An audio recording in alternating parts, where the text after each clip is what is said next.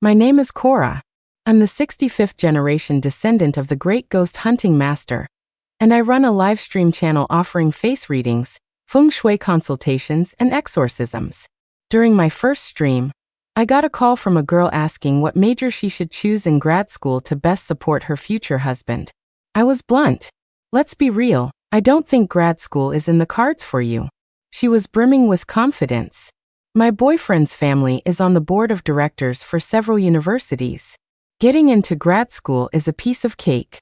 He even put me up in the most luxurious hotel in the city to study. He's so good to me. If he were really good to you, I said, he wouldn't be setting you up to be his scapegoat. Don't believe me? Lift up your mattress. Sure enough, underneath the mattress lay a pair of black paper dolls, each inscribed with their birth charts. Hey everyone, I'm Cora, the 65th generation foodie of the Cora family. Descendant. That's right, our ancestor is the one and only master exorcist, Cora. The Cora family doesn't just make cameos in old stories, we're also responsible for wrangling all the ghouls and goblins that wander between the realms of the living and the dead, making sure your hearts don't get a supernatural scare. As for me, I was chosen as the new family head because I've been a bottomless pit since I was a kid, plus I was born with superhuman strength. From that day on, I was forced to learn a ton of stuff, from face reading and fortune telling to ghost wrangling and summoning. I'm a master of all trades. I still laugh whenever I think about how my massive appetite landed me the top job. Outsiders might find it hilarious, but in the Cora family, a big appetite signifies power and stamina, essential qualities for fighting demons. After all, this line of work is no joke. It's way more intense than lifting weights at the gym. Take the family heirloom, the Zephyr sword. That thing weighs over 100 pounds, and every time I swing it, I feel like I'm in some ancient strongman competition. Plus, these ghosts are ridiculously strong, like they're all hopped up on something. If I wasn't strong enough, they'd knock me out in a second. This year, I officially became the head of the Cora family, ready to make my mark. But then the King of Hell threw me a surprise and saddled me with a partner, turning me from a lone wolf into a human-ghost duo. My partner is Milo, the 28,883rd son of the King of Hell. You could say we were set up on a blind date we couldn't refuse. Milo and I have known each other since we were kids, and he's always had a thing for me. I suspect this whole thing was his dad's master plan to get us together. I was against it at first, because not only is Milo obsessed with money, but he's also completely unreliable. I'm talking using the Book of Life and Death as toilet paper, and drinking the river of forgetfulness soup like it's soda. But the King of Hell threatened me. If I didn't team up with Milo, he wouldn't renew our family's contract. That contract is my base salary, and I'm a 6 bowls of rice per meal kind of person. How was I supposed to survive without a salary? Not to mention our health insurance, pension, workers' comp, and all the VIP perks our deceased relatives get in the underworld. It was basically the underworld's version of economic sanctions. So despite my 101 objections, I gritted my teeth and agreed, for the good of the Cora family and my 6 bowls of rice. As the head of the family, I have to think about our long-term interests, right? Besides, having the King of Hell's son as a partner might mean I can pull some strings in the underworld later on. It was Milo's idea to start a live stream. He said the internet was a world of infinite possibilities, where I could do online face readings, feng shui consultations, and even ghost hunting. It sounded like a pretty good idea. I mean, who wouldn't want to make money without having to leave the house? Even though I only get to keep 0.5% of my earnings, I still agreed. My first stream was a total flop. The chat was so dead you could hear a pin drop. It was beyond embarrassing. So, I sent Milo out to pass out flyers, using his good looks to attract college girls, especially on campus. He set off with total confidence, and to my surprise, he actually pulled it off. The moment we went live tonight, over 100 people flooded the stream. Good evening, my darlings. Welcome to the Cora livestream. I'm your co-host, the Little King of Hell, and sitting next to me is the one and only Cora, a descendant of the famous ghost hunting master. Our streamer, Cora, is an expert in face reading, feng shui, and other mystic arts. Tonight, for the price of one Ferris wheel gift, you can get a one-on-one video call with Cora to ask her anything that's on your mind. She'll answer all your questions. If she's wrong, Not only do we promise a full refund, but we'll also throw in a high-end, custom-designed burial shroud, personally designed by yours truly. How thoughtful is that? But before we start the calls, let's give you all a little treat and feast your eyes on these exquisite shrouds. Milo chattered on, striking poses like a professional model, showing off the burial clothes. The chat exploded. Little king of hell, do your shrouds come with express shipping to the underworld? Oh mio. Cora, did I stumble into the wrong stream?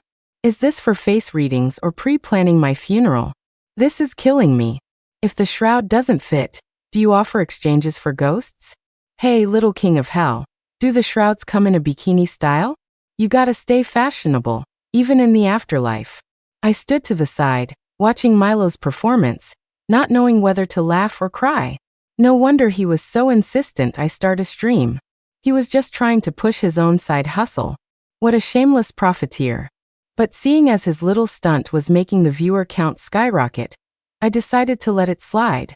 After all, more viewers meant more gifts, and more gifts meant, well, I could better help people, right? I smiled and brought the focus back. Alright everyone, if you have a question, send a gift. The words were barely out of my mouth when a user named ArtLover32 generously sent a Ferris wheel. Business was picking up. I immediately started the video call. The person on the screen was a man in his 30s with glasses, looking quite scholarly. So, ArtLover32, what can I help you with? I asked. He seemed a little nervous, clearing his throat before speaking. Master Cora, I'm 32, and my girlfriend and I are getting married soon. I was hoping you could help us pick an auspicious date. I've already sent you our birth charts in a private message. I quickly glanced at their charts and then studied his face, my brow furrowing. I'm sorry to be blunt, but I don't think this marriage is going to happen. The moment I said it, his face fell. The chat started scrolling like crazy.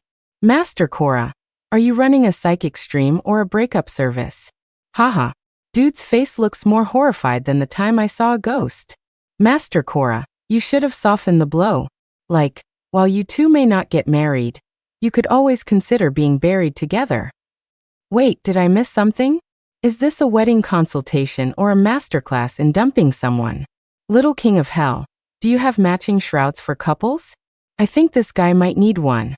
Master Cora, maybe you should ask if they have life insurance first. This is a bit sudden. ArtLover32 couldn't hold back anymore. Master, isn't that a bit rash? He retorted. You didn't even analyze our birth charts, and you're already saying we won't get married? With all due respect, you sound like a fraud. I looked at him calmly. I don't need to do a complicated analysis. A single glance at a birth chart is enough. Besides, your face already tells me a lot. For instance, the crow's feet at the corners of your eyes are very pronounced and cut straight into your marriage lines. Your temples are also sunken. These are all signs of a troubled love life. If I'm not mistaken, you've been in at least 5 relationships before this, and every single one ended badly, with you being the problem. He was stunned. You're talking nonsense. Am I? I continued. Then take a look at the whites of your eyes. Are they pinkish? In face reading, that signifies a romantic curse, meaning you're often lost in lust and desire. Furthermore, your upper eyelids are puffy, your eyes lack focus, and your lower lip is thick. These are all signs of a lecherous nature.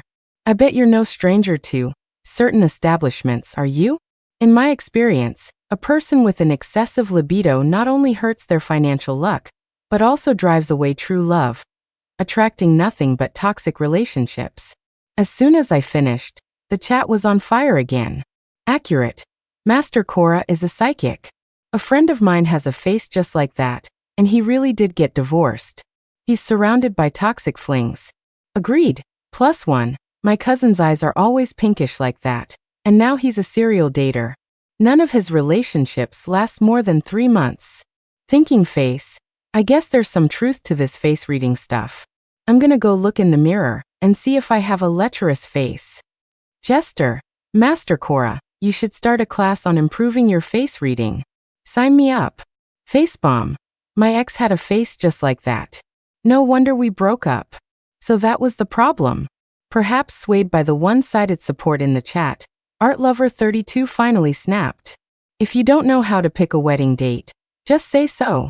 How dare you run a live stream reading people's faces? I spit on you. I'll sue you for defamation, you damn fraud. Give me my gift back. At that, Milo immediately jumped in. Absolutely not. Our streamer read your face, didn't she? And she answered your question. She said you're not getting married. So why would we refund the gift? The man got even more agitated. Is that an answer? She was clearly trying to scam me. I don't care. If you don't refund me, I'm going to report you and get your channel shut down. Fine, I'll refund you, I said calmly. You don't have long to live anyway. Use the money for your own funeral. I then processed the refund. Hearing this, his anger flared even more. What's that supposed to mean? Are you cursing me to die? You vicious hag. You'll get what's coming to you. I just shook my head and smiled. I'm not cursing you. There's a thick, dark energy shrouding your lips and jaw. As the old saying goes, how to know if a man is haunted by spirits? A murky darkness will coil around his lips and cheeks. Haven't you noticed that you've been having a run of bad luck lately? And even the plants in your house are dying one by one? That's a sign your luck is plummeting. And there's only one reason for that. You've done something that can't see the light of day. His face immediately turned grim. I had clearly hit a nerve. Chat. If she hadn't hit the nail on the head, why would his face turn green? That's the classic, I've been caught, expression. Yeah, this guy's got some skeletons in his closet for sure. Something that can't see the light of day? I bet he has a habit of eating poop. Why else would his face be turning black? LOL. Third comment has a wild imagination. A kindred spirit, I see. But Art Lover 32 still refused to admit it. I'm not having bad luck, and my plants are fine. I've done nothing wrong. Don't think you can scare me with these cheap tricks. I'm definitely reporting you to the platform. Done nothing wrong? I scoffed. Well, I don't know what you did. The dark energy on your face tells me it's something serious. And you a teacher of all people. For shame. At that, his face went deathly pale, his lips trembling. How did you know I'm a teacher? Simple. Your career palace is full. Your intang point is well defined, and the corners of your upper lip are sharp. These are common traits among teachers. Plus, I glanced at your birth chart. With a strong and prominent proper seal star, and the eating god and hurting officer stars providing a creative outlet, I concluded you must be a teacher. The man was speechless. Go ahead and report me, I don't care, I added. But I should warn you. That dark energy is already starting to rise. If it reaches your intang point, not even the gods will be able to save you. Just as I said that, his expression suddenly changed. He seemed to have realized something and started to laugh. I get it now. You must have snooped on my profile page and found out I'm a teacher. I'm smarter than that, you almost had me. And what's this about dark energy reaching my intang? You damn fraud. I'm reporting you to the platform right now. Just you wait. With that, he abruptly ended the call. Chat. Did he really get called out? He left in such a hurry. I'm guessing the master was right.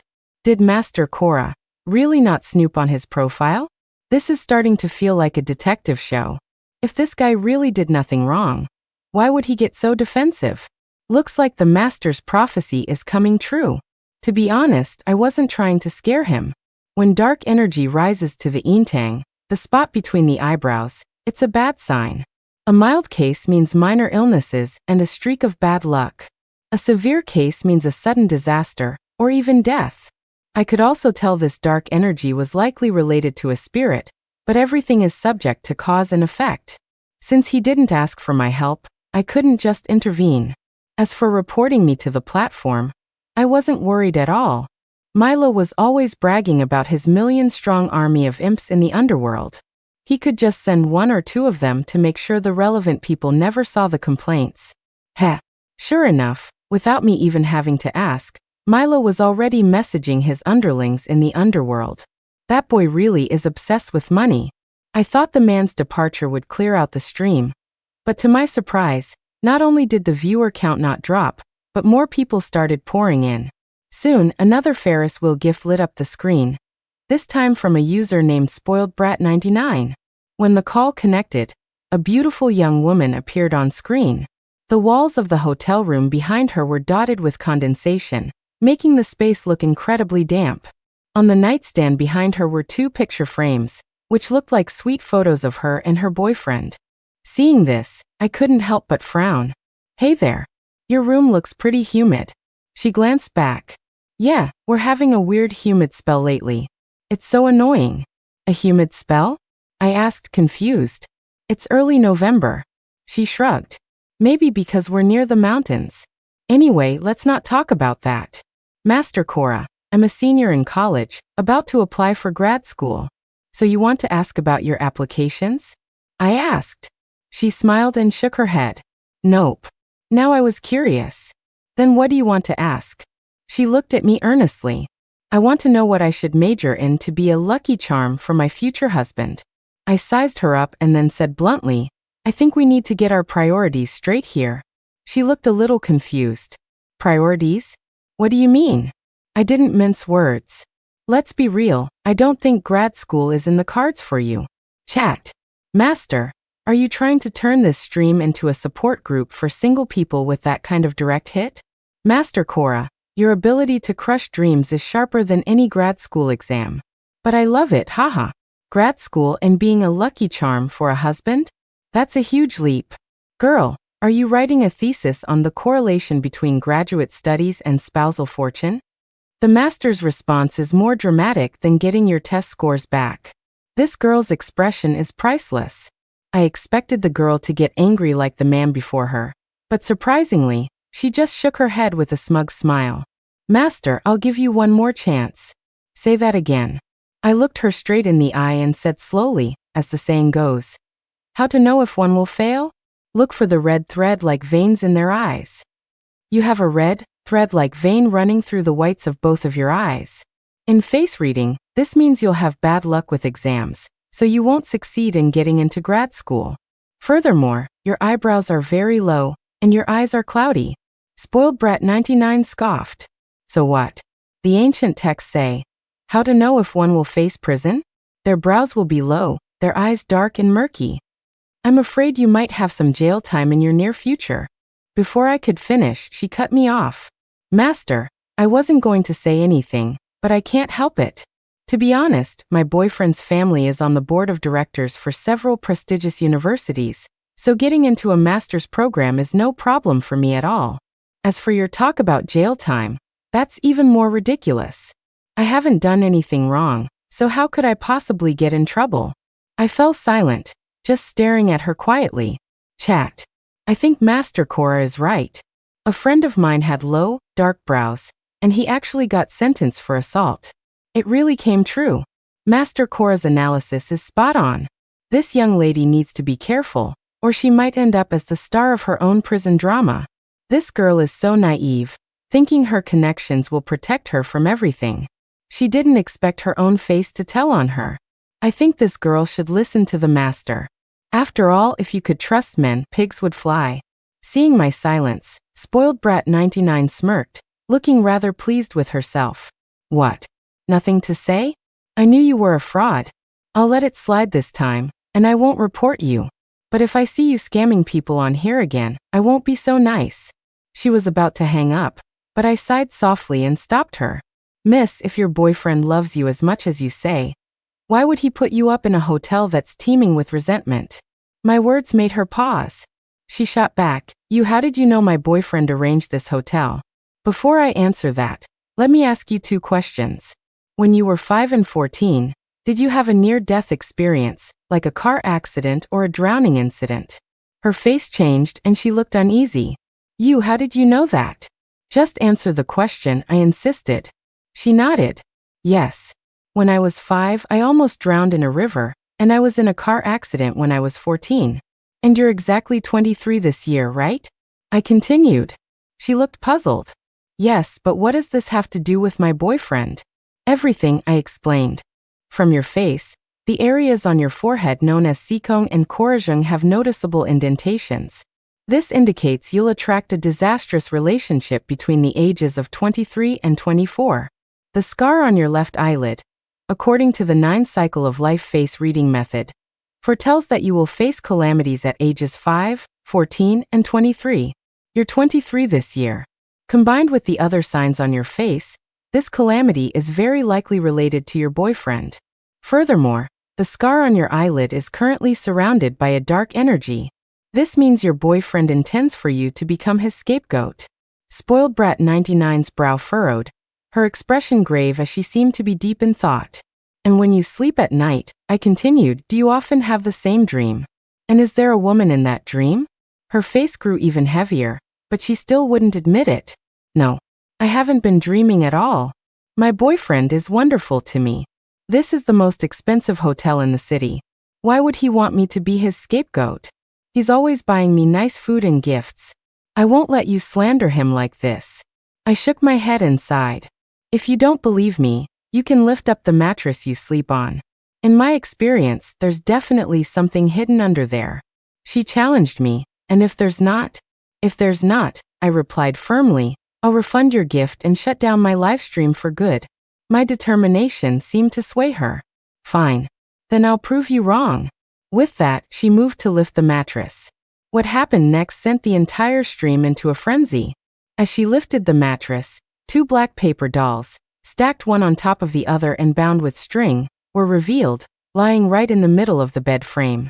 Whoa, there really was something hidden. Master Cora is a legit psychic. Oh my god, is that some kind of dark magic? My grandma used to tell me stories about paper dolls like these. Is this an effigy spell? I've seen stuff like this on TV, but I never thought it was real. The master was right. Looks like this girl's boyfriend is definitely bad news. Seeing this, Spoiled Brat 99 was completely shocked. Both of these black paper dolls have birth charts written on them in red ink, I said. The one on top is yours, isn't it? She quickly bent down to look, and her face went pale. The camera caught her reaction perfectly. Then what about the doll underneath? She asked, her voice trembling. The one underneath has your boyfriend's birth chart, I explained. This is a type of black paper effigy spell. With your name on top and his on the bottom, every night you sleep here, your life force is absorbed by the dolls, turning you into his substitute. The girl listened, her face a mask of terror and disbelief. His substitute? She muttered to herself. He really? She seemed to be putting the pieces together. I don't know who's advising your boyfriend, I continued, but they're definitely not a good person. If you don't want to be his scapegoat, you need to burn these dolls immediately, and then. Before I could finish, the landline phone in her room suddenly rang. A bad feeling washed over me. After she answered the phone, her expression changed drastically. She glared at me, her voice filled with anger. You damn liar. I almost fell for your tricks. I frowned. What? I'm a liar? The hotel front desk just called me, she said. They said a group of scammers has infiltrated the hotel, leaving cursed talismans around to cheat people. I've been living here for over 40 days and never saw a thing, but the one night I call your stream, this happens. What are the odds? You're all scammers. I'm calling the police right now to have you arrested. At this, Milo couldn't help but jump in. How dare you? You shrew, how dare you call us scammers? Do you have any idea who I am? I am the 28,883rd son of the King of Hell, known to the ghost world as the Jade Dragon, the Flying Dragon, the honest and reliable little King of Hell. How could we possibly scam you? Ridiculous. Seeing this, I let out a long sigh. It would have been better if that idiot had just kept his mouth shut. Not only did he fail to help, but he probably made everyone in the stream think we were not just scammers, but certified lunatics. Now we were in even deeper. Sure enough, the chat started scrolling at lightning speed. Haha, the son of the King of Hell is here. Is Underworld livestream next on the schedule? Milo, you're so cute. Are you really the King of Hell's son? Can you bring us some souvenirs from the Underworld next time? This is hilarious. I almost believed it. Master Cora, is this new guy a comedian? Master Cora, your stream is getting more and more mysterious. Are you going to have the Jade Emperor as a guest next? I suspect these two are putting on a show, but their acting is pretty good. I was almost convinced, haha. And that wasn't all. Just as I was about to try and salvage the situation, our stream was suddenly shut down. Milo, you idiot. Do you ever think before you speak? And didn't you say you have an army of 1,000,000 imps? How did our stream get shut down? I fumed. Milo looked embarrassed. Maybe they were on their dinner break. Dinner break? Fine. I'll treat you to dinner right now. I guarantee you'll be full. I then proceeded to give that idiot Milo a sound beating. After dealing with Milo, I frowned and started to think about what had just happened on the stream. Getting the stream shut down is no big deal, Milo said. I have my ways of getting it unbanned, don't worry. I'm not worried about the stream, I said. I'm worried about those two people from tonight. Their situations are very similar. Milo was confused. Similar? Who? The girl from just now and the teacher who was the first to call in, I explained. People with bad luck often have dark energy on their faces. Isn't that common? Milo said. I shook my head. But the dark energy on both of them was close to reaching their Intang points. That kind of coincidence is rare. And that girl's room was unusually humid. I can't say for the teacher, Milo said, but the girl said she was in a humid spell. That's normal, right? It's early November, I said. There shouldn't be any humid spells. Even if there were, how do you explain the black paper dolls under her mattress? Milo nodded. Now that you mention it, it is suspicious. So you suspect? A dark face, severe humidity in the room, I replied. I suspect a water ghost is involved. Milo nodded again. Since there were paper dolls under the girl's mattress, her boyfriend must have a powerful master helping him. But Cora, you have to remember, neither of them asked for your help in the end. If you intervene directly, you'll be acting without cause and disrupting the natural order of things. I had no comeback for that, because Milo was right. Even though my family has dedicated generations to fighting demons and upholding justice, our principle is that we can only act when someone asks for help. Intervening without being asked would only disrupt the balance of cause and effect. Still, out of curiosity, I looked up the hotel the girl was staying at that night.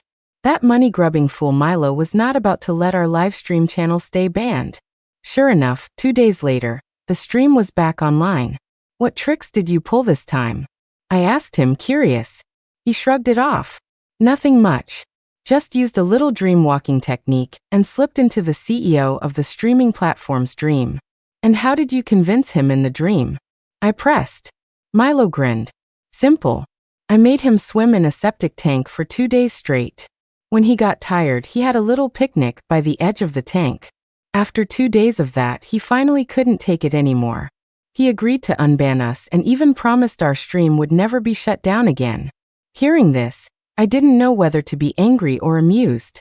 That Milo was truly something else. As soon as our stream was back online, a user named Money Talks appeared. He made a grand entrance, sending a Ferris wheel gift and immediately requesting to go live. When the call connected, a young man appeared on screen. He was wearing a designer hoodie, and a flashy watch glittered on his wrist. He was clearly very particular about his appearance. The moment I saw him, he looked familiar. At the same time, Milo gently nudged me and gave me a look. I got it instantly. Milo recognized him too. It was the kind of silent understanding that comes from growing up together. No words were needed. Hello, what can I help you with? Money Talks replied, Master, I want to ask about my financial luck. When will I get rich? My luck with money has been terrible lately. I studied his face and then chuckled. Sir, I don't think you're here for a face reading. I think you're here to cause trouble. He looked annoyed. No, I'm not. What's that supposed to mean? If you can't do a reading, just say so. Don't waste my time. I can't do a face reading? Fine, then let me start with yours, I said. Your forehead is round and full, which indicates that your ancestors left you a great fortune. You were born into a wealthy family and never had to worry about a thing. Second, your sun and moon bones are prominent, which means your parents are both respected figures in society. On top of that, you have a high-bridged nose that is large and fleshy, and large ears with thick lobes. These are all classic signs of great wealth. So you're a super rich trust fund kid who doesn't need to worry about money at all. However what? He asked immediately, his expression turning serious. However, the inner tip of your left eyebrow is pierced, which in face reading means you'll have a chaotic love life before you turn 30. Additionally, your brow bone is flat, And your eyes are large but lack spirit, which indicates you have poor judgment and are easily swayed by others. Also, the areas under your eyes are thick and dark, and your upper lip is thin while your lower lip is thick. These are all signs of an extreme indulgence in carnal desires. In other words, you're a total lecher. Am I wrong? After I finished, he stared at me in shock, speechless for a long moment. Chat. The master is so accurate. My great-uncle's daughter's cousin's son has a really thick lower lip, and he's a total hound. Yeah. That one celebrity is just like that, with the dark circles under his eyes. Turns out he was a time management expert. It's true. People with big, vacant eyes are usually indecisive. Just like my boss, he believes anything anyone tells him. What an idiot. Haha, Master Cora, your face readings are more accurate than horoscopes. I'm going to use your tips to spot scumbags from now on. Master Cora, you should start a face reading workshop. I'll be the first to sign up. This skill is too useful. Seeing him stay silent, I asked, so, what did you really want to ask? He took a deep breath, as if making a decision. All right, you clearly know your stuff. The truth is, I think there's something unclean in my house. Unclean? I pressed. You mean a spirit? He nodded. I took another careful look at his face. Although your complexion is pale, and you're low on positive energy, there's no sign of yin energy on your face. That means you're not being haunted by a spirit. It's just that. Just what? He asked. Before I tell you, I have to ask. Did you used to have a mole right between your right eyebrow and the bridge of your nose? And did you have it removed? He thought for a moment and then nodded. How did you know? What if I did? I saw a small, round mark there, so I guessed. I said. That spot is called the interlocking path. A mole there indicates that you're likely to face a major lawsuit or even jail time at some point in your life. I think you should. Before I could finish, he cut me off. I'm not worried about that. Right now, I'm having the same terrifying nightmare almost every night. It's giving me terrible insomnia, and I'm suffering. Master, could you come to my house and check the feng shui? Now. Yes, I'm almost home. But. Before I could finish, Milo jumped in. But the gift you just sent doesn't cover an online feng shui consultation. If you really need one, you'll have to send another Ferris wheel, or maybe buy 3 of my burial shrouds. That Milo was such a money-crazed fool, always trying to sell his shrouds. I thought many talks would be put off, but to my surprise, he agreed immediately. As long as the master is willing to help me, money is no object. The words were barely out of his mouth when he not only sent another gift, but also bought 10 shrouds in one go. Milo was ecstatic. I couldn't believe his shrouds actually sold. I glanced at Milo, feeling both exasperated and amused. While it's always best to do a feng shui reading on site, if it's not a major issue, an online consultation can work. All right, I said. I'll take a look for you. Through the video call, I got a view of his home's surroundings. After a careful look, I said this place is located in the mid-levels of a mountain, backed by hills and surrounded by water, with beautiful natural scenery. To the east, the azure dragon side of the villa, the woods are dense and lush, a sign of vitality and prosperity in feng shui. To the west, the white tiger side, the terrain is gentle, complementing the azure dragon and bringing stability and harmony to the residents. The front of the villa has a wide, unobstructed view. In feng shui, this is called an unimpeded bright hall, which is conducive to gathering positive energy and signifies good fortune. The mountain range directly behind it forms a solid backing, symbolizing strong support and protection. Furthermore, the design and layout of the villa follow the feng shui principle of gathering wind and qi, effectively collecting and preserving the natural energy from the surroundings, which is highly beneficial for the residents' health and wealth. Living here is a great advantage. In short, this is a classic Dragon's Vein treasure land in feng shui. I'd say anyone living here is either incredibly wealthy or of high status. As soon as I finished, the chat erupted. Oh my god, isn't that the famous Emerald Lake Villa complex? Only the top tycoons live there. Yes, Emerald Lake Villa. I heard the feng shui there is amazing. It's the top choice for the city's rich. Haha, Master Cora. You're now a feng shui consultant for the wealthy elite. Can you give us some of those rich people feng shui secrets next time? Emerald Lake Villa is famous for its good feng shui, but this is the first time I've heard such a detailed analysis from Master Cora. I learned something. Master Cora, for your next stream, can you do an on-site tour of Emerald Lake Villa? I'm super curious about what those mansions look like inside. I then said to Mini Talks, the external environment of your home isn't just free of negative energy, it's excellent. The outside is fine, he said. It's the inside. Master, let me open the door and show you. As he pushed open the main door and stepped inside, I immediately felt that something was wrong. My brow furrowed. Although the interior was lavishly decorated, the design and layout were all wrong. The entire space was dominated by cool tones, and the walls were covered with portraits of people, creating an oppressive atmosphere. The lighting was dim, making the house feel gloomy and heavy with energy. Most strikingly, on one side of the living room, there were 3 enormous ceramic statues of the gods of fortune, prosperity, and longevity. In front of them sat a large incense burner, which was filled with ash, indicating that someone had been making offerings. Seeing this, I couldn't help but ask, these 3 statues, you never had them consecrated by a master, did you? He shook his head. I don't think so. A friend of my dad's gave them to us. He said they were good things to have and that we should treat them with respect, so we started burning incense for them. Hearing this, I let out a long sigh. No wonder. I need to share a piece of mystical knowledge with everyone. You should never burn incense for statues of deities that haven't been consecrated. Gods need to be formally invited to inhabit a statue. If you start making offerings without a proper consecration ceremony, nearby malevolent spirits and wandering ghosts might take up residence in the statues instead. When that happens, the statues that were supposed to bring good fortune can become a source of misfortune in the home. Chat. I had no idea there were so many rules about statues of gods.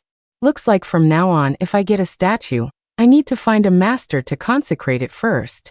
Otherwise, I might be inviting some unwanted guests. Master, now that you mention it, I'm suddenly really worried about the statue in my house. I hope it's not. Master Cora, are you trying to reveal secrets or scare us? Now every corner of my house feels creepy. Master, what you just said has made me deeply suspicious of the statue in my home. I need to find someone to consecrate it ASAP. On screen, Mini Talk's eyes widened. Really? I had no idea. No wonder I've been having nightmares lately. It must be this incense burner. I'm going to throw it out right now. Wait, don't be rash. I shouted. But it was too late. He was clearly furious. He grabbed the incense burner and with all his might, hurled it out the window. The incense burner sailed through the night air and disappeared from view. Oh no, I muttered. This is going to be trouble. Sure enough, the words were barely out of my mouth when strange things started happening in his house. First, the lights began to flicker incessantly, as if the voltage was unstable. Then, the kitchen faucet turned on by itself, water gushing out. The living room TV also switched on, its screen displaying blurry, horrifying images accompanied by a piercing, shrill sound.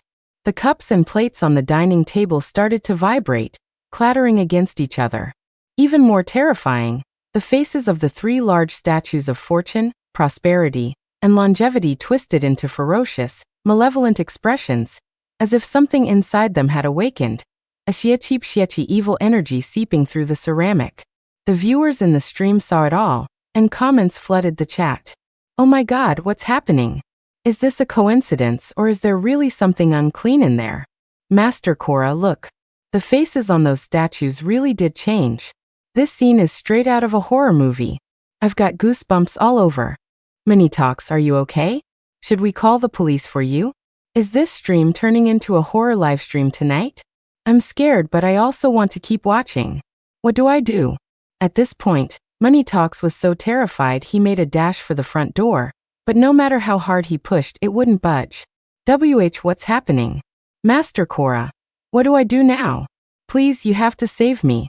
He was shaking from head to toe. What's your exact address? Tell me quick. I demanded. Number 18, District 1, Emerald Lake Villa. Okay. Go back to your room right now and lock the door and windows. I'm sending you something. He immediately ran back up to his room on the 2nd floor. At the same time, I said to Milo, "Send an imp over to receive a talisman for me, now." Milo replied, "Done." I sent the order the moment you asked for the address. Even though Milo was a goofball most of the time, he was sharp when it counted. Then, I took a yellow talisman in one hand and pointed at it with the other. With a whoosh, the talisman burst into flames. I chanted, "Path of the living, road of the dead. Let this sealing talisman be swiftly sent. Address, number 18, District 1, Emerald Lake Villa. To be received by an imp of the underworld. By urgent command, let it be so." As I finished the incantation, the burning talisman traced a bright arc through the air. Instantly, an imp appeared on the screen, and at the same time, a glowing yellow talisman materialized in its hand. The imp slapped the talisman onto the outside of the bedroom door, and the yellow light immediately formed a protective barrier. Fire is a conduit between the realms of the living and the dead. As long as you have an address and a recipient, you can send things through it. At this point, the chat went absolutely insane. OMG. What am I watching? Is this a superpower or a paranormal event? I didn't go to college, don't scare me. Where are the stream moderators? Why isn't this channel being shut down? I'm calling the police, someone's using black magic here. Wait, was that a ghost just now? It was so cute. Master Cora, are you hiring imps? I want to adopt one. Whoa. Are you sure this is a live stream and not a short film? Just then Mini Talk shouted at the screen, "Master Cora, please come and save me. I'll give you any amount of money, I'm begging you." "I've placed a ward on your door," I said. "It should hold for a while. I'm on my way now. Whatever you do, don't open the door until I get there." "Okay, hurry, please hurry." "Milo, I'm heading over. I'm leaving the rest to you." I gave Milo a meaningful look. Milo got the hint. He nodded, his voice serious. "Go. Leave the rest to me." With that, I grabbed my phone, slung my cloth bag and gourd over my shoulder, and rushed to Minitox's house. The place I was renting wasn't far from Emerald Lake Villa, and 15 minutes later, I had arrived. On my way there, I kept an eye on the situation through the live stream. Thanks to the protective ward, everything seemed to be safe for the moment. I then shouted into the live stream, "Hey, how are you holding up? I'm at the gate of the villa complex now." The moment I said that, the chat started scrolling again. Whoa, look. A black mass is ramming the door. "Master, you better get up there. I don't think that ward is going to hold for much longer." "Hey, person above, you think that black mass could be black moss? Idiot. Have you ever seen a clump of black moss that big? Can black moss ram a door? Dude, just surrender. You'll only lose half if you surrender now." Just as the chat was going wild, there was a sudden loud bang. The door was smashed open. Money Talk screamed into the live stream, "Master, help me." "Alright," I said, "today Cora is going to see just what kind of entities you are." But I didn't rush in. Instead, I stood at the gate of the villa and cast a spell just in case. When I burst into the villa, I was stunned by the scene before me. The house was in complete chaos. Furniture was overturned, decorations were smashed to pieces, and it looked like a hurricane had just torn through. The portraits on the walls had been ripped down, with glass shards scattered all over the floor. Even the curtains were shredded. The entire interior of the villa felt sinister and chaotic, the air thick with an ominous presence. As I was assessing the situation, a painful scream suddenly came from the second floor. Without hesitation, I bolted up the stairs. However, when I burst into the room where the sound had come from, the sight that met my eyes left me stunned. In the room, a man was sitting calmly on a long sofa. It was the user Money Talks. "You, how are you?" Just then, a basin of liquid was suddenly thrown at me from behind. I couldn't dodge in time, and the liquid splattered all over me. I sniffed it and my brow furrowed. Curse blood? Just as I was about to react, a figure moved with lightning speed from behind me, striking 2 major pressure points on the top of my head and my back with their fingers. Not good. Instantly, I was paralyzed. A sinister laugh echoed from behind me. "You're covered in the blood of a 5-venom curse, and I've sealed your Bai Hui and Mingmen points. Now you can't summon any celestial soldiers, and you can't even circulate your own energy. Hey hey." As he spoke, a man walked around to face me. He was dressed in strange clothes, and half of his face looked like it had been destroyed by some curse.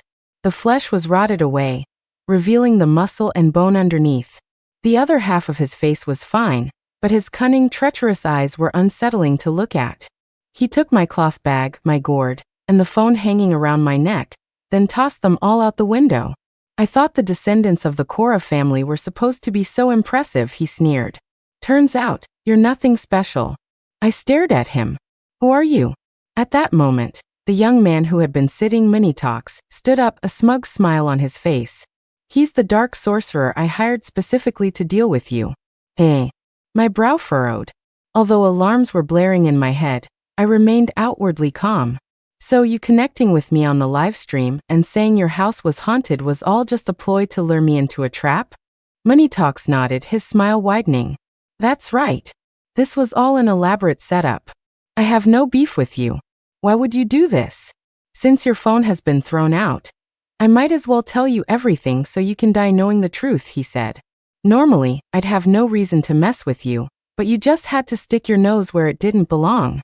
What are you talking about? 2 days ago, on your stream, you connected with a girl named Spoiled Brat 99, right? You even found those 2 black paper dolls under her mattress. Well, that girl is my woman. My eyes widened. So I was right. You were trying to make her your scapegoat. And that phone call she got at the hotel during the stream. You arranged that too, didn't you? Ha ha ha. So what if I did? That hotel is owned by my family's corporation. All it takes is one phone call, and I have plenty of employees to do my bidding.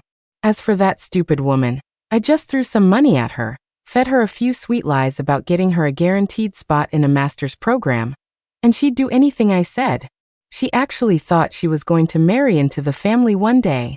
He laughed. So why did you want her to be your scapegoat? Did you do something despicable? Tell me. The sorcerer beside him spoke up. Young master, to avoid any more complications, let me finish this woman off now. No. There's no rush, master. This woman is already in our grasp. Do I, Preston, really need to be afraid of her? So he was the heir to the corporation, Preston. As soon as he finished speaking, Preston lit a cigarette and leisurely blew smoke in my face. He continued gloating. That's right, you guessed it. I did kill a woman, and she turned into a vengeful spirit. To stop her from coming after me, I hired the master here to perform a scapegoat ritual. Your live stream that day almost ruined my plans, but luckily, that stupid woman ended up believing me instead of you. Hey. For her to become a vengeful spirit, you must have defiled her. You scum. He sneered. So what if I did? I'm the sole heir to the family. What's one poor girl? I played with her, so what? My family has plenty of money.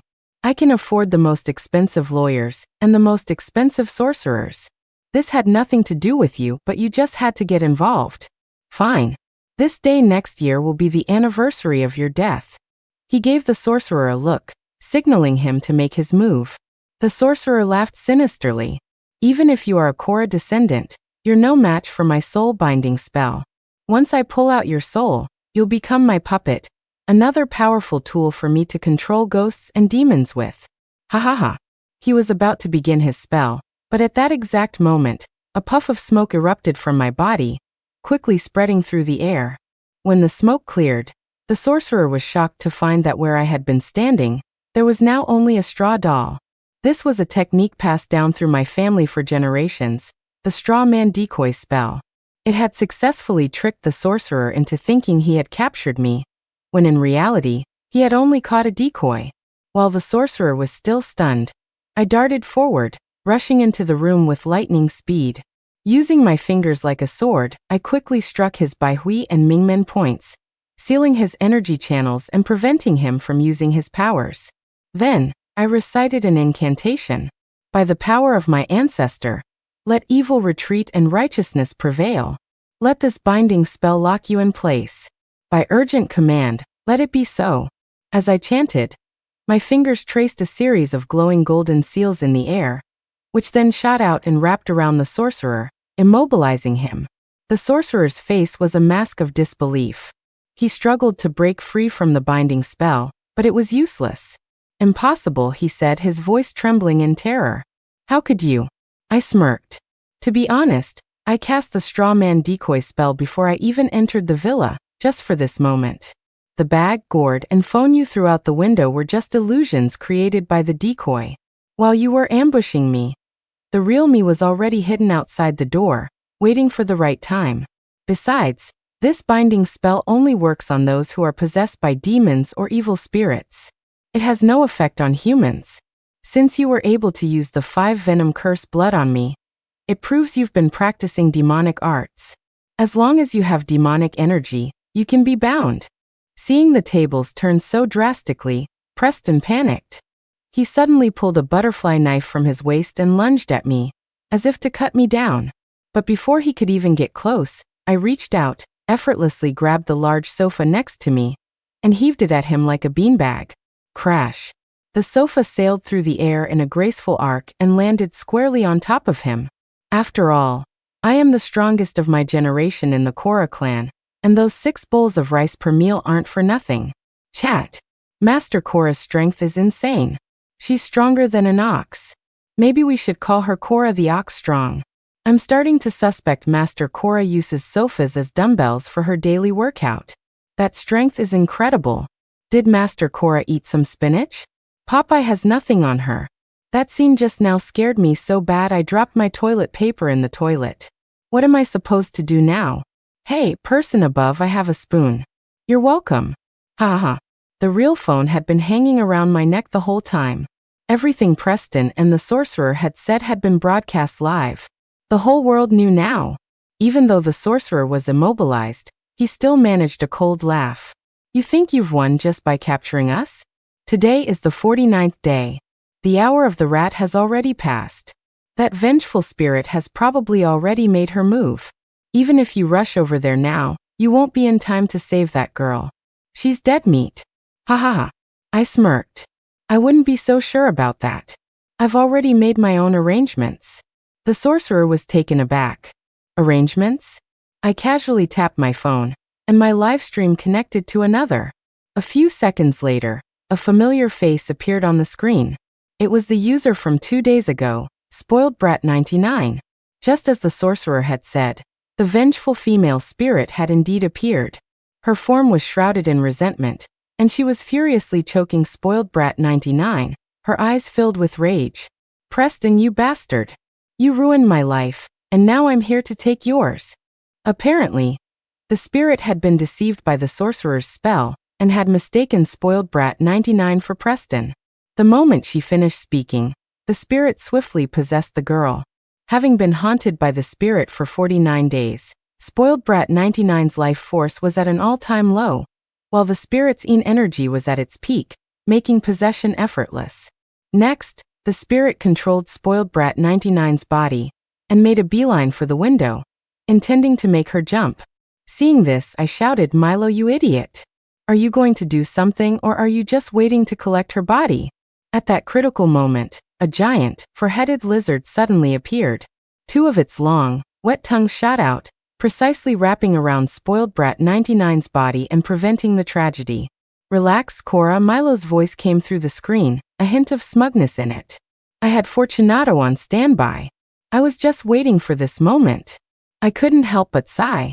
That guy just loves raising these disgusting pets in the underworld, and giving them names like Fortunato.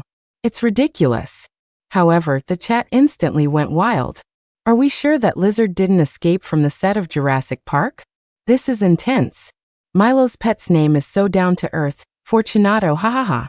Sounds like a good luck charm from a New Year's card. I thought this stream couldn't get any crazier, but now we're summoning mythical beasts. I give up. Master Korra, can you give us a heads up next time? I need to prepare some popcorn. Milo's Fortunato is the stream's secret weapon. I'm officially a fan. Damn it. Let me go. I'm going to kill him. The female spirit roared with anger. Despite her immense resentment, she was no match for a beast summoned from the underworld. Milo, quick, burn those 2 black paper dolls. I ordered. The sorcerer's face was a mask of disbelief. You. How did you know where that girl was? I shook my head and smiled. During our last stream, she mentioned she was staying at the most luxurious hotel in the city. Combined with the interior I saw, Even an idiot could guess it was the Majestic Hotel. As for the specific room number, a place with that much energy is hard to miss. Now that the paper doll spell is broken, I expect this vengeful spirit will find her way here very soon.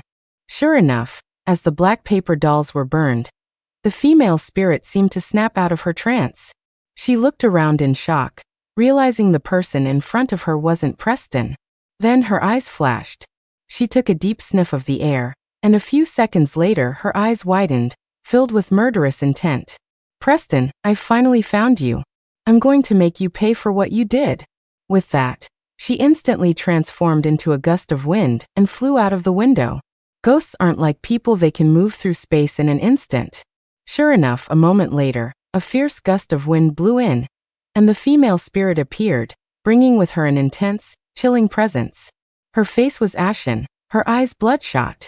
Her long hair whipped around in the wind, making a rustling sound like countless tiny snakes slithering on her head.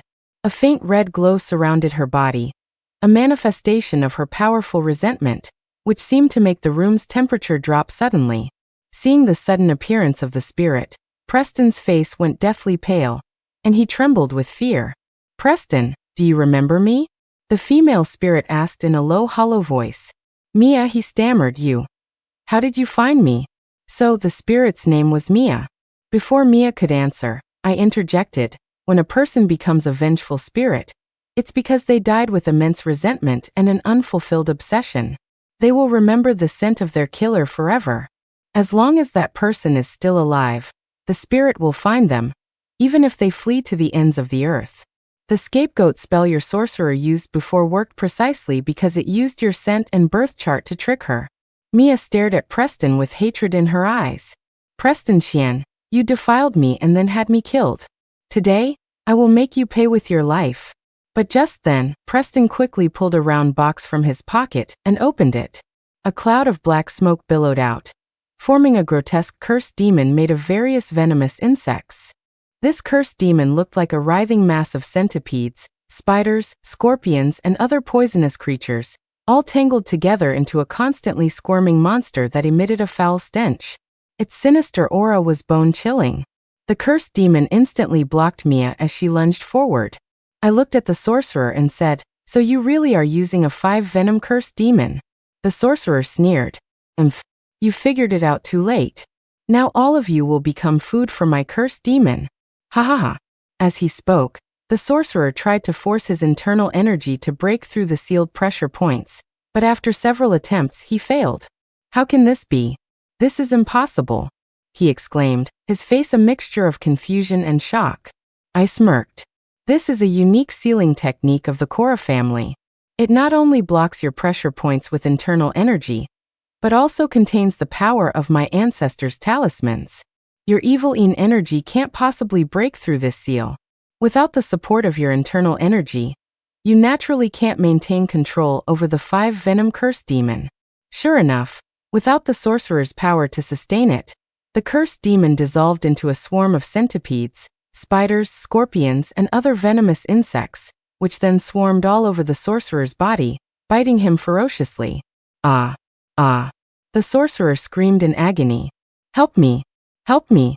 I shook my head. Sorry, I can't help you. Although they are venomous insects, they are also living beings. You used a spell to control them and turn them into a cursed demon, and they suffered greatly. Now they are getting their revenge. It's only fair, and it's your karma. I can't and won't interfere. Chat. The mills of God grind slowly, but they grind exceedingly fine. Let's see you do evil deeds again. This is what you call karma. What goes around comes around. Master Korra is right. Those insects are living things too. You had this coming, sorcerer. The wheel of fortune turns for all. Heaven will not spare you. Your payback is here, sorcerer. Master Korra is the embodiment of justice. You had this coming, sorcerer. It's instant karma. Ah, ah. The swarms of insects poured into the sorcerer's eyes, ears, mouth, and nose.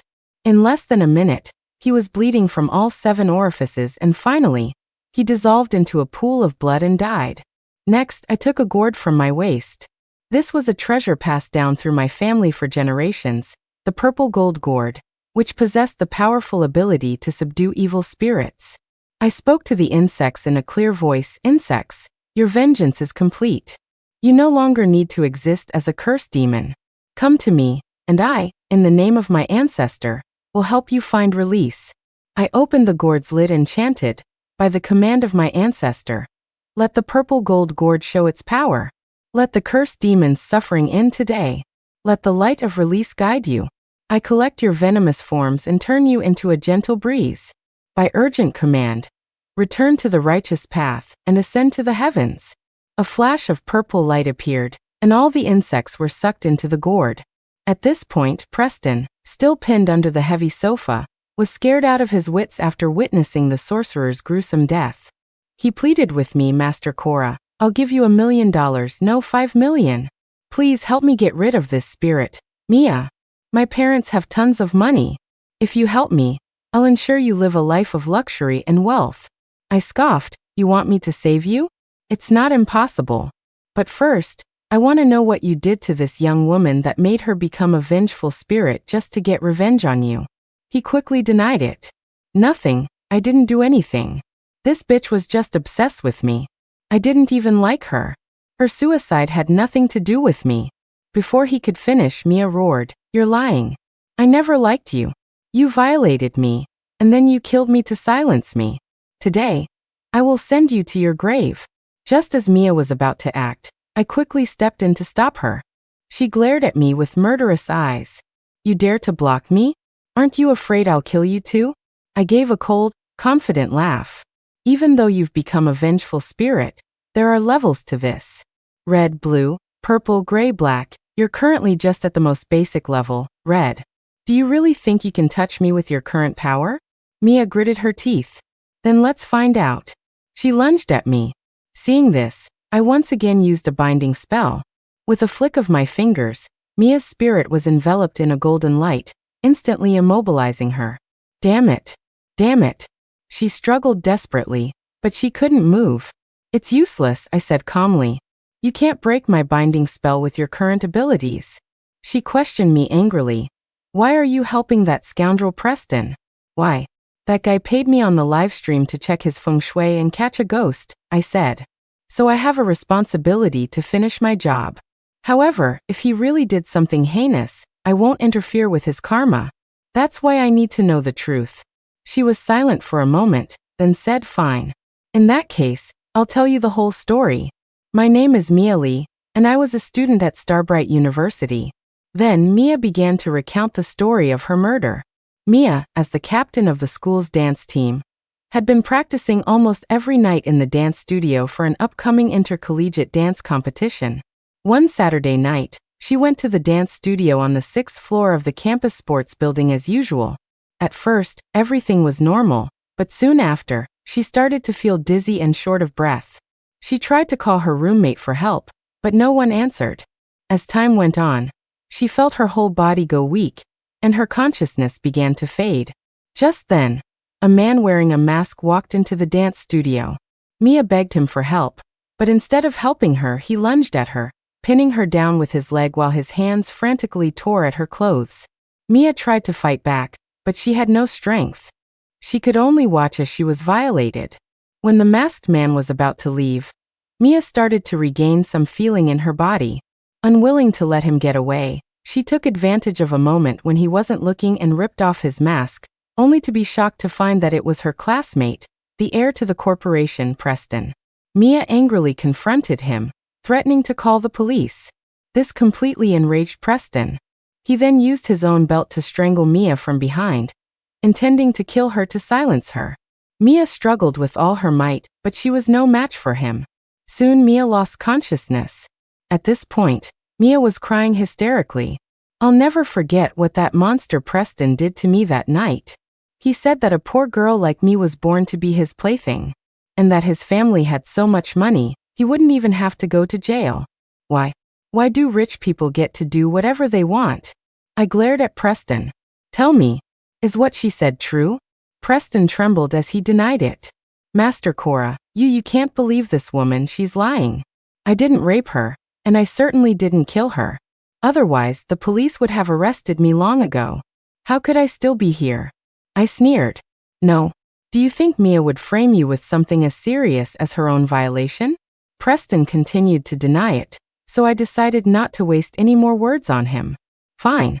It seems you won't talk until you're facing the consequences. Mia, do what you want with him. I won't interfere. I released Mia from the binding spell.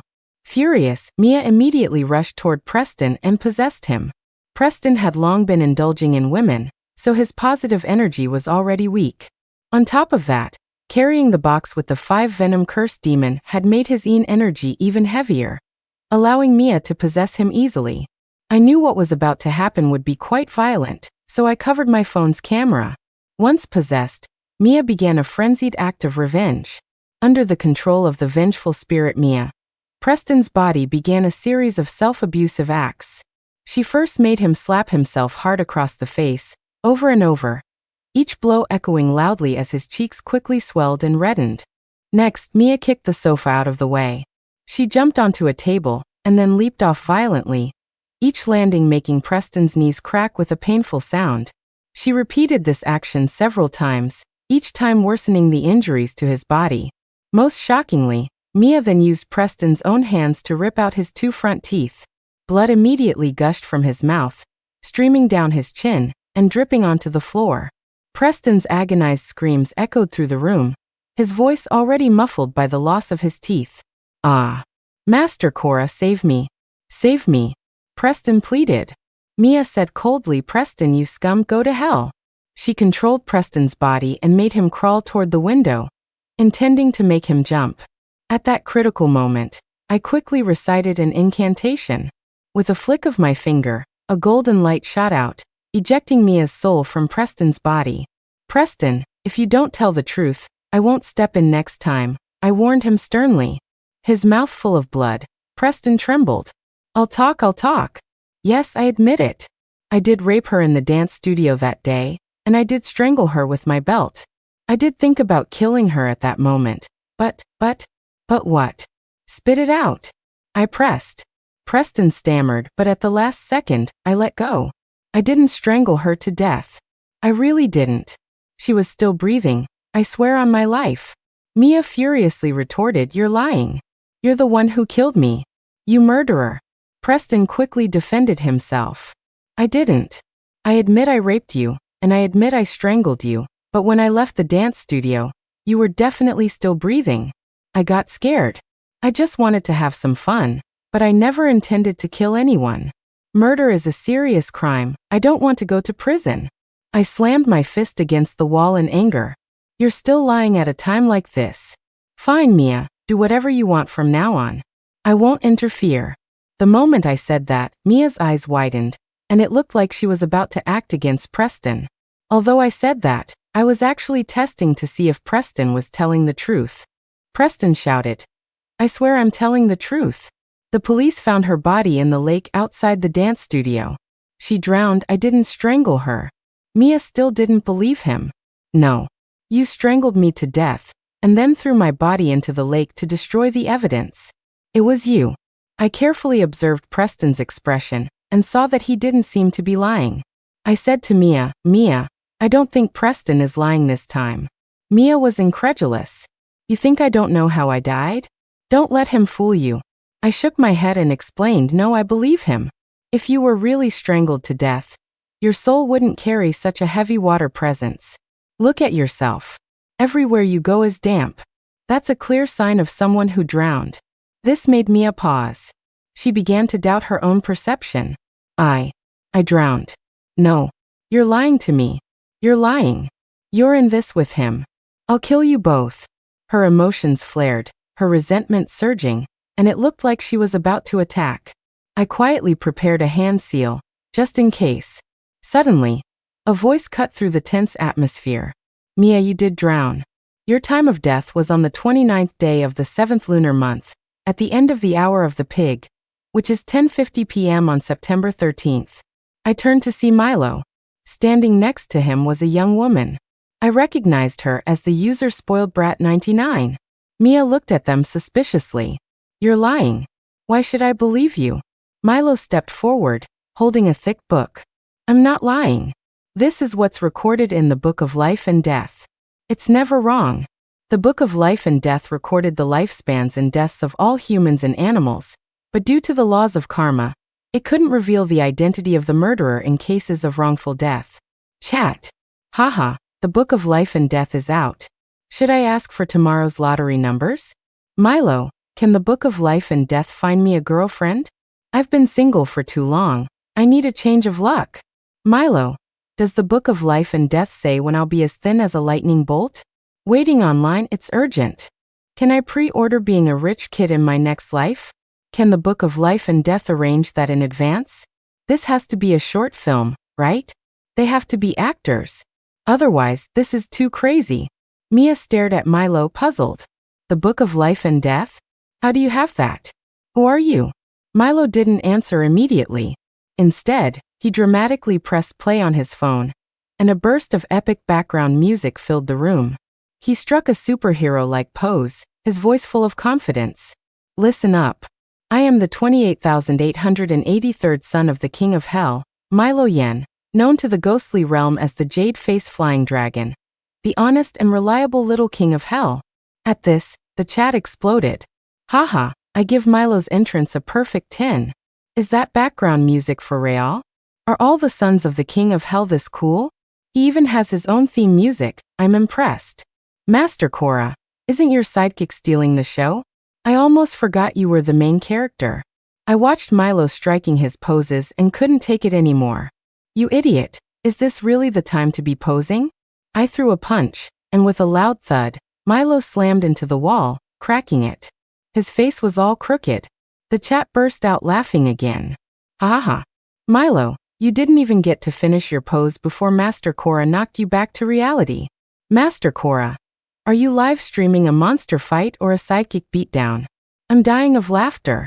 Just then Mia clutched her head, her expression pained. I drowned? Then who killed me? Why can't I remember anything? Who was it? Her voice was filled with confusion and anger, clearly baffled by the truth of her own death. Mia's body was trembling as she seemed to be trying hard to remember. Suddenly, a flash of purple light appeared at the back of her head, catching our attention. Korra, look. That's Milo, who had just taken a heavy punch from me, was back, and though his face was still messed up, I knew he was fine. A sealing talisman. I quickly moved forward, intending to rip off the glowing purple talisman. But just as my hand touched the paper, the talisman erupted with an intense light. Instantly, a giant, purple demonic snake was summoned from the talisman, lunging straight for my neck. Not good. I realized the situation was dire, but it was too late to react. I'll save you. In that critical moment, a figure threw himself in front of me. It was Milo. The next second, the purple snake opened its massive jaws, bit down on Milo's neck, and with a violent twist, there was a sickening snap. It had ripped his entire head off. This scene made the chat explode. Oh my god! What just happened? Did Milo's head really just get torn off? Is this real or special effects? I'm so scared. Milo, don't scare me. I was just laughing, and now I'm seriously worried. Master, you need to find some super glue and stick Milo's head back on. Otherwise, he's a goner. You slimy snake. If I don't destroy you, you can write my name, Korra, backwards. I roared, my hands quickly forming seals. A green light flared, and a sharp bronze sword materialized from thin air. This was the Zephyr sword, left by my ancestor Korra Kuei.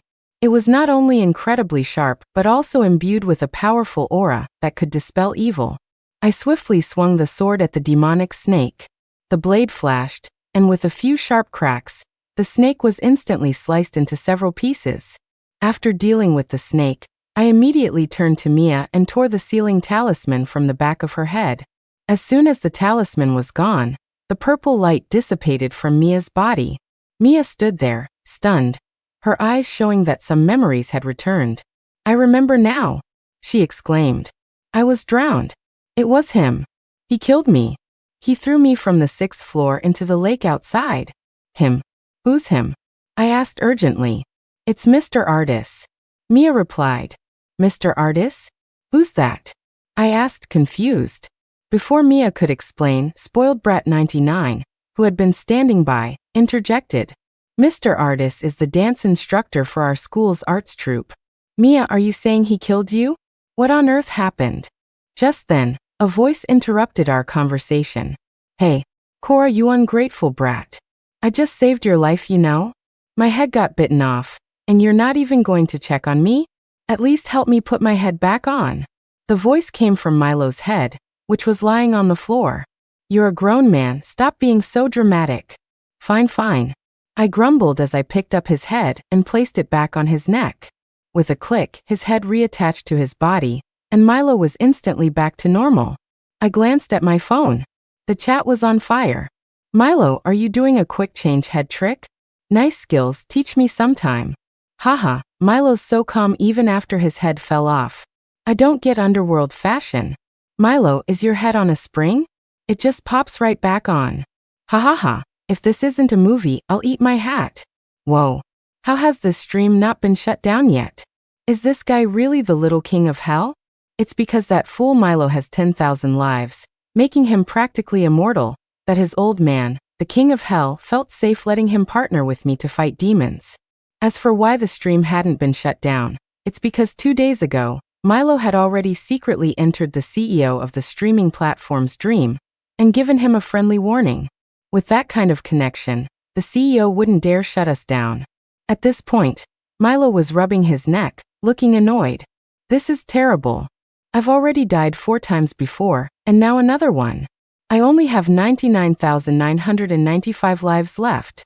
The thought of it makes me so anxious. I'm in the middle of something important here. Get out of the way. I interrupted impatiently. Milo muttered under his breath, ungrateful brat. I then turned back to Mia and asked seriously, Mia, how exactly did Mr. Artis kill you? Why do you think he was the murderer? Mia began to recount the terrifying events of that night. After I was choked unconscious by Preston in the dance studio. It turned out that Preston hadn't actually killed Mia. He had only choked her unconscious and then fled the scene. Immediately after, Mr. Artis emerged from the dance studio's changing room. He had been hiding there the whole time, witnessing the entire event. His hidden depravity awakened. Mr. Artis then violated Mia a second time.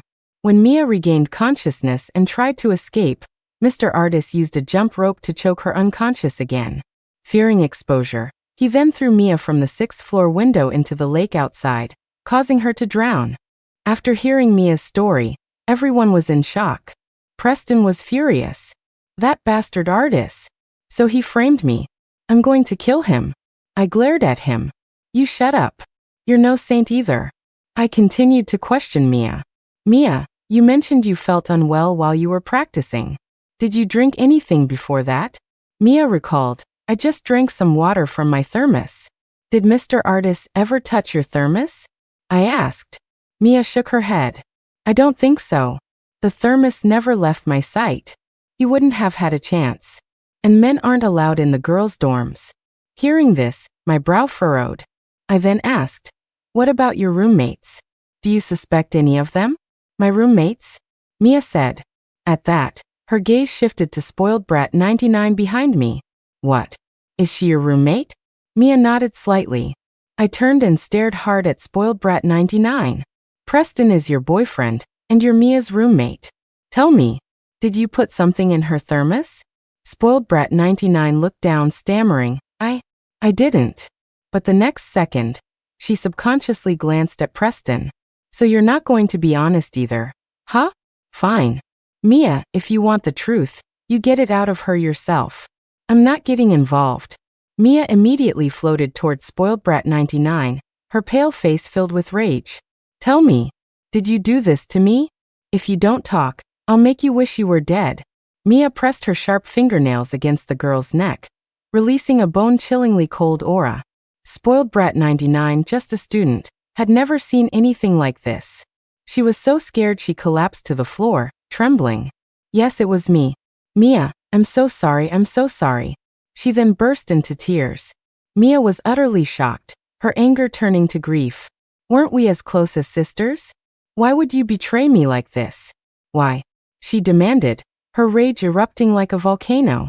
Under Mia's intense questioning, spoiled brat 99, now named Chloe, tearfully confessed. It was Preston. He made me do it. He said if I helped him get you, he'd make sure I got into grad school. He said with his family's influence, a spot in a master's program was nothing. Preston roared in fury, "You bitch. How dare you sell me out? Didn't you say you loved me?" He looked like he was about to attack her, but I stopped him. I glared at Preston. "Preston, you scumbag, you piece of trash. If you don't behave, I swear I'll rip out all of your teeth." That shut him up. He didn't dare move a muscle. The chat was furious too. This Preston guy is the worst. Master Cora, you should use your powers to teach him a lesson. Chloe, how could you do that to your best friend? Don't you have a conscience? Master Cora, that kick was awesome. Preston deserved it. Mia, we support you. Make those scumbags pay for what they did.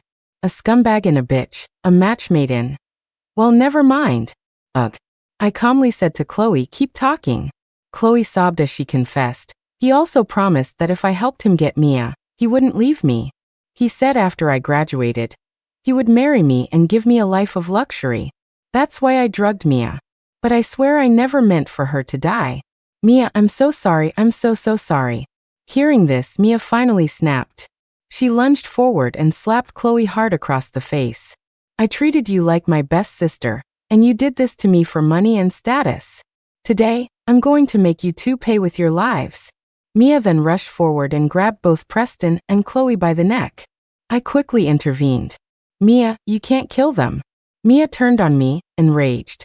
After all this, why are you still helping them? I shook my head and explained, Mia, you've misunderstood. I'm not helping them, I'm helping you. They did unforgivable things to you, but they didn't kill you with their own hands. If you kill them now, you'll only add to your own sins, and it will be much harder for you to be reincarnated. So I'm just supposed to let these two get away with it? Mia asked, unwilling to accept it. No, they won't get away, I said. My phone has been live this whole time. The viewers heard their entire conversation, and I've been recording the screen. I'm sure plenty of other viewers have recorded it too. They will face the consequences of the law. Trust me, they won't escape. As I finished, I held up my phone. Preston and Chloe's faces went ashen with terror. The viewers in the chat were now hurling abuse at them. These two are disgusting. The law will make you pay for what you've done. Don't worry, Master. I recorded their confession. I'll send it to you. These two need to be arrested. Me too. I have a recording too. As for any ghosts or anything, I didn't see a thing. Right, everyone? Right. Didn't see a thing. We just saw two criminals confessing. Nothing else to report. You're a descendant.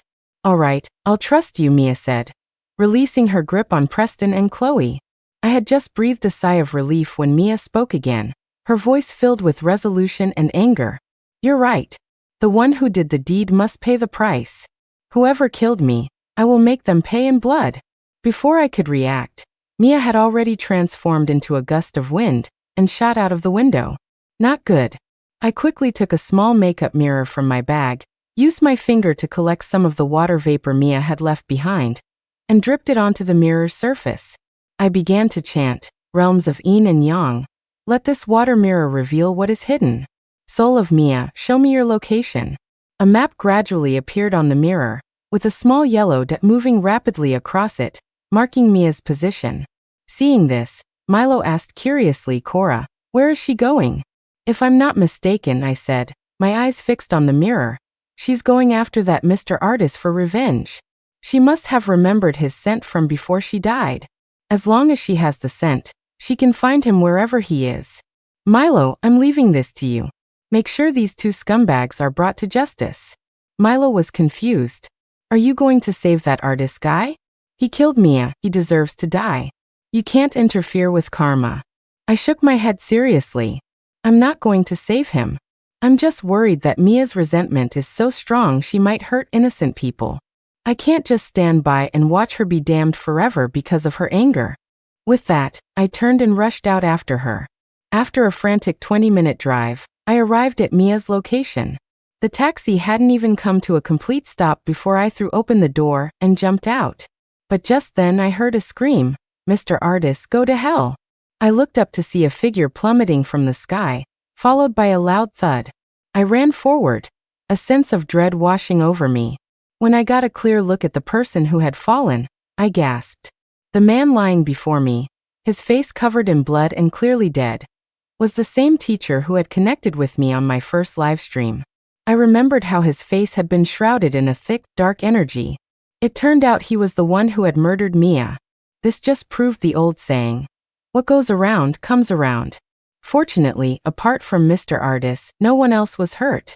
I looked up to see that Mia, having gotten her revenge, was beginning to fade. The red light of her resentment was disappearing, and her soul was becoming transparent and weak.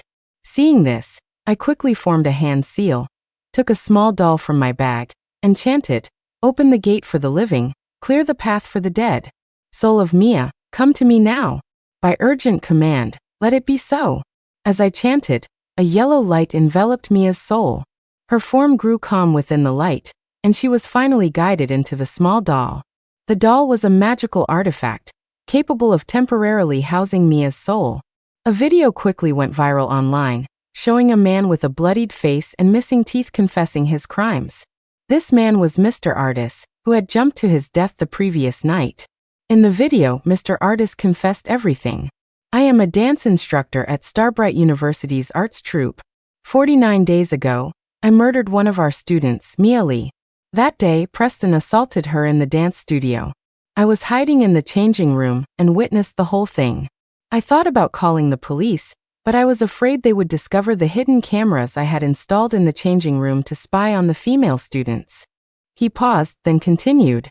"However, Mia found out it was Preston. In his anger, he choked her with his belt. I thought he was going to kill her, but he only knocked her unconscious before fleeing the scene.